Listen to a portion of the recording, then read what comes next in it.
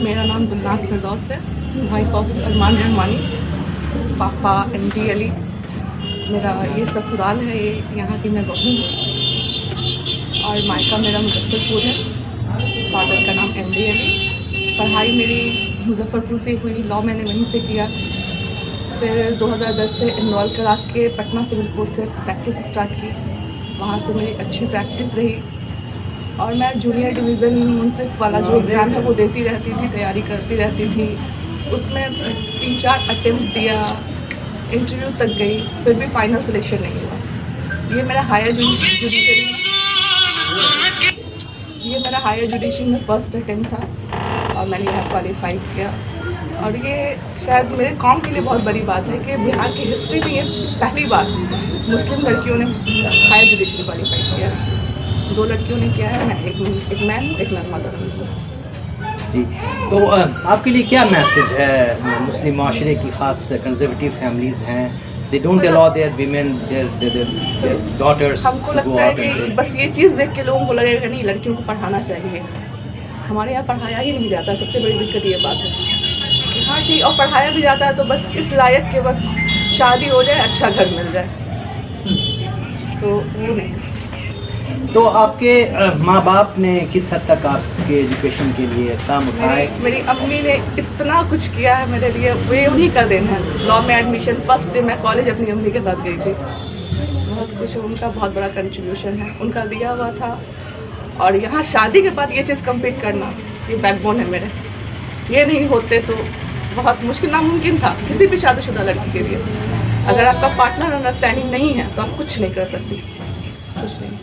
आपको कैसा लग रहा है? जाहिर सी बात है खुशी होगी, लेकिन आपने ये फैसला कैसे लिया? आपको किसने इस बात के लिए इंस्पायर किया कि आप अपनी अहलिया को, अपनी बीवी को आप इनकरेज करें to go into the judicial services?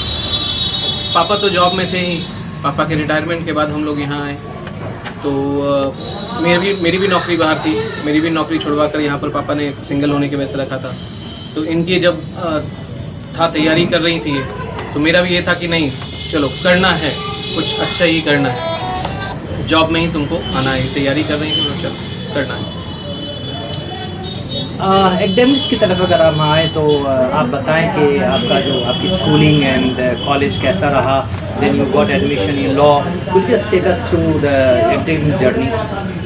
Schooling मेरी मुजफ्फरपुर से ही हुई थी, शुरू से ही मुजफ्फरपुर से ही पढ़ाई हुई थी। और क्या बताएं, मैं मैट्रिक में फेलवर रही हूँ। उसके बावजूद फिर करते करते यहाँ तक जर्नी पहुँची।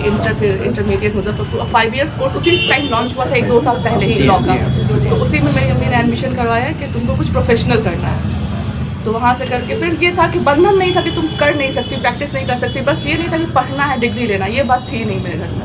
जैसे मैं अपने 5 भाइयों की एक बहन हूँ तो मुझे भाई की तरह ही रखा गया कि तुम वो हो। आपके पेरेंट्स ने आपको सपोर्ट किया और जाहिर सी बात है शादी के बाद आपके हस्बैंड ने भी काफ़ी इनकरेज किया, लेकिन personal what prompted you to go for the judicial services? आपका पर्सनल इंस्पिरेशन क्या था? मेरा कोई बैकग्राउंड तो था नहीं जुडिशियल, मतलब दूर दूर तक कोई जुडिशियरी या लॉ फील्ड से ही नहीं थे।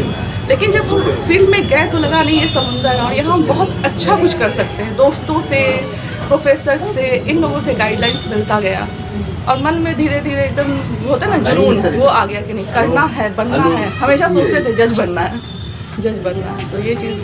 तो आपका क्या पैगाम है? अगर प्रिपरेशन की बात करें तो डिफरेंट स्टेजेस इसके हैं और फर्स्ट तो लॉ करने की बात है।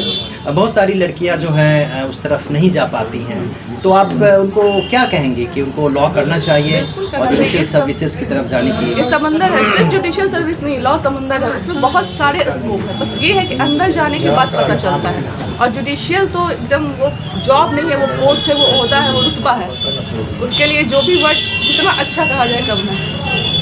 आपकी प्रिपरेशन में आपने कितने वक्त दिए, कितने घंटे पढ़े? वक्त तो मत पूछिए, पढ़ने का भी मत पूछिए, वो बता नहीं सकते। सोते थे, जगते थे, हर सोते हुए भी लगता था पढ़ते ही है, नींद में भी पढ़ाई आती थी। तो कौन सा चैप्टर या कौन सा subject with in the syllabus? इसमें कोई एक सब्जेक्ट नहीं होता, लॉ पूरा होता है इसमें।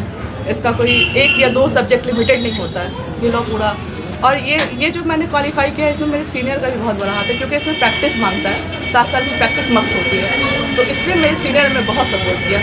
उन्होंने एक वकील ही बनाया मुझे, ये नहीं कि अदर काम ले रहे, कुछ नहीं, टेबल वर्क, कोर्ट का वर्क, बस उनका बहुत बड़ा हाथ है। आपने किसी कोचिंग इंस्टीट्यूट का भी सहारा लिया? हाँ, कोई कोचिंग study वगैरह किए थे, material? फिर ऑनलाइन वगैरह यूट्यूब वगैरह क्लासेस वगैरह वो सब देखते थे, कोचिंग वगैरह भी था।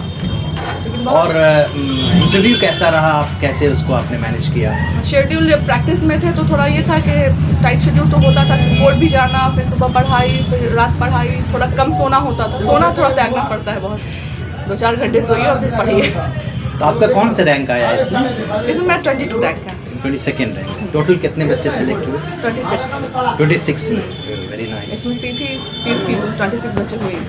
तो अब तो आप you know you are going into this judicial services as such. तो मधेपुरा शहर छोटा शहर है, आपका ससुराल है, लेकिन हमारी पैदाइश इनकी है। तो मधेपुरा शहर की लड़कियों के लिए क्या पैगाम आपका है, और क्या उनको हैंड होल्डिंग करेंगी आप? क्या उनको पर्सनल आप उनको कोच करेंगी या कुछ जो भी मेरे some पास आएगा steps? उनको ज़रूर गाइड करेंगे, बताएंगे कि हाँ आगे बढ़ो। वो अभी चला है ना, बेटी बचाओ बेटी पढ़ाओ, वो बिल्कुल एकदम है। बेटी को पढ़ाना चाहिए। उन लोग को भी बोलेंगे तुम लोग खुद इतना कॉन्फिडेंस अपने अंदर डेवलप करो कि कर सकती हो, कुछ भी कर सकती हो। और हालांकि ये बात तो है, जुडिशरी एज सच को किस हद तक आप एनरिच करना चाहेंगे? Because so many news comes up where dignity and integrity falls. वो सब र्यूमर है, अंदर की बातें कोई नहीं जानता, वो सब बात अलग है।